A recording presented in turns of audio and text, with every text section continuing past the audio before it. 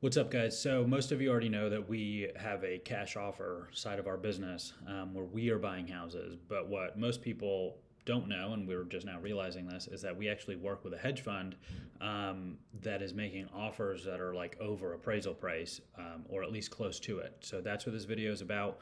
We're going to go over who it's for. What the process is, a live example, and then exactly what the house needs to look like in order to qualify for one of these offers. I'm Jamie Tajera, co-owner of Edge Group Real Estate here in Jacksonville, Florida. This is Carrie Hustis, co-owner and team lead. While Carrie runs all things sales, my day-to-day with investments and developments keeps me in two places. In the field, checking out potential opportunities, and on the computer, researching hyperlocal data. So if you're looking for insight on Jacksonville real estate, you've come to the right place. Thanks for checking out our channel, and if you like it, please be sure to subscribe. So to start out, who is this for? We're those hybrid agents that get both sides of it. You don't want a sign in your yard, you don't want people in your house. You want fast convenience, but you still want to get the best cash offer possible with the least amount of friction. That's who this is for. Are you leaving a tiny bit of money on the table? Yes, but we'll show you that in kind of the live example. But you've got so much stuff going on, or you've got a limited time frame, or you've got pets, kids, like whatever the situation is. Like it really doesn't matter. Like you don't need a reason or to explain why you just don't want to list the house. We 100% get it. And that's honestly what this is for. So we're going to go more into the qualification, but if convenience is important, price is important, time is important, which it is almost for everyone, this is a great option to go with. And your house from a condition standpoint needs to be, on a scale of 1 to 10, I would say at least a 7, probably an 8 or better. If it's below that, then we have other options for you. But that's kind of who it's for. So from a process standpoint, you have to call us. We have to know what we're getting into. We're going to send a rep out to get photos. If you have really good photos, we can also save the gas and use those. We'll check those out. If they're not good enough, then we're going to have to go out there because we submit these and we want, full disclosure from a photo standpoint to get the best offer back so we don't have any surprises later. And then we shop those offers verbally. Why are we shopping it? Because truthfully, we're working with like 2 or 3 different hedge funds and they're all in different stages of budget, right? And I don't mean budget as far as price of your house. I mean, some of them just got a $10 million budget and it's brand new and they're super aggressive. Some of them are nearing the end of a $20 million budget and they're being a little stricter. So we're always keeping like 2 or 3 kind of, in flux at all times. And then we're going to get those offers for you that are verbal. And then in order for us to provide you the offer in writing and kind of show you who the buyer is, we would get a 2-day broker compensation form signed by you. And it basically just protects us like a non-circumvent, basically. It's kind of like a listing agreement, except we're not putting your house on the market. We're not tying you up for 3 months or 6 months. It's literally 2 days. We have 2 days to get the offer in writing and present it to you. And if you take it, we get compensated. If not, you can do whatever you want. But there's no sign in the yard, nothing like that. So, okay. Then those 2 business days, we get the offer in writing. You go under contract, we do inspections, and we go to closing. In some cases, they are going to do an inspection, but it's not, in all cases, they do an inspection. But in some cases, they'll come back with like, hey, we need like a $5,000 price reduction. That's why the initial photos are so important, because we want to make sure we get it right the first time so we don't have surprises at this point. But they're usually not big surprises unless it's something like we're just blatantly not seeing. And they're not typical inspections like what you're used to with like a regular purchase and sale. They're looking for something entirely different. They're looking to get this house rent ready, and so their budget for that is different. Even every hedge fund has a totally different criteria for what they want. So let's go over the live example. So this is a real deal.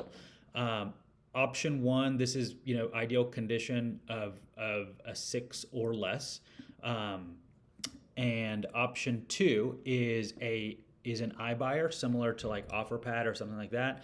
Um, we'll run it for you, and we'll actually get the percentage of what their fees are. A lot of times their fees are extremely high, which affects your net number. At the end of the day, nobody cares what the sales price is. People care about what they walk to the bank with, and that's for us, from for a seller perspective, for you guys, that's the most important thing. Like I can add 100,000 to this and add in enough fees to where the net is still a bad offer.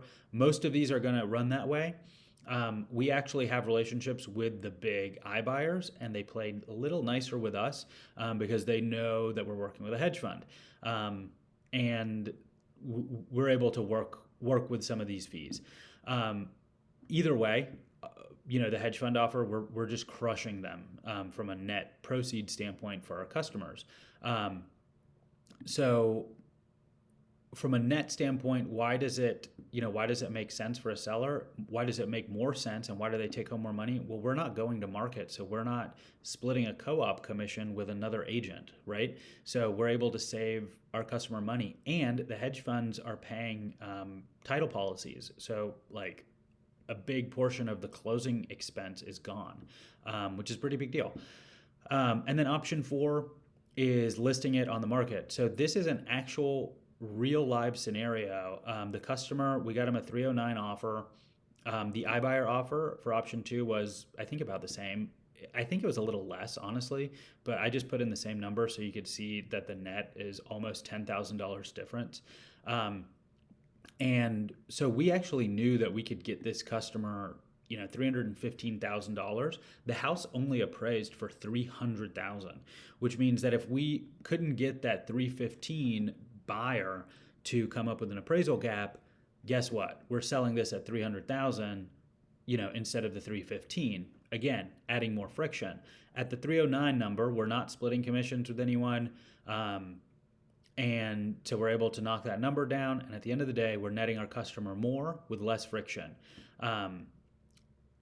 Now, 9 times out of 10, option four is always going to net more money. But it's like, what is that difference, right? Usually that difference is somewhere between $3,000 and $10,000. In some cases, it's a lot more. But when the rep goes out to take the photos, or you want to talk to them about that, because if you have the flexibility to do it, there's so many benefits to going with option four. But that's a totally different video. We can talk about some of the things we're seeing on that side. As far as fast, convenient, cash, over appraised value, great offers, option three is that number. You can submit the photos at our website /cash offer, and you can submit the photos yourself. If we need to send somebody out there, we definitely will. So with that said, you definitely get to pick which one makes the most sense for you, right? Listing it, going full retail, getting the house ready and all that stuff, or going with option three. Okay, qualifying the house. It has to be a 3-bedroom, 2-bathroom. It has to have been built after 1960, and it has to be an 8 or better condition. It could be in a 7. It could be a 7. Now, that 1960 or newer number, this is where the scales kind of slide around.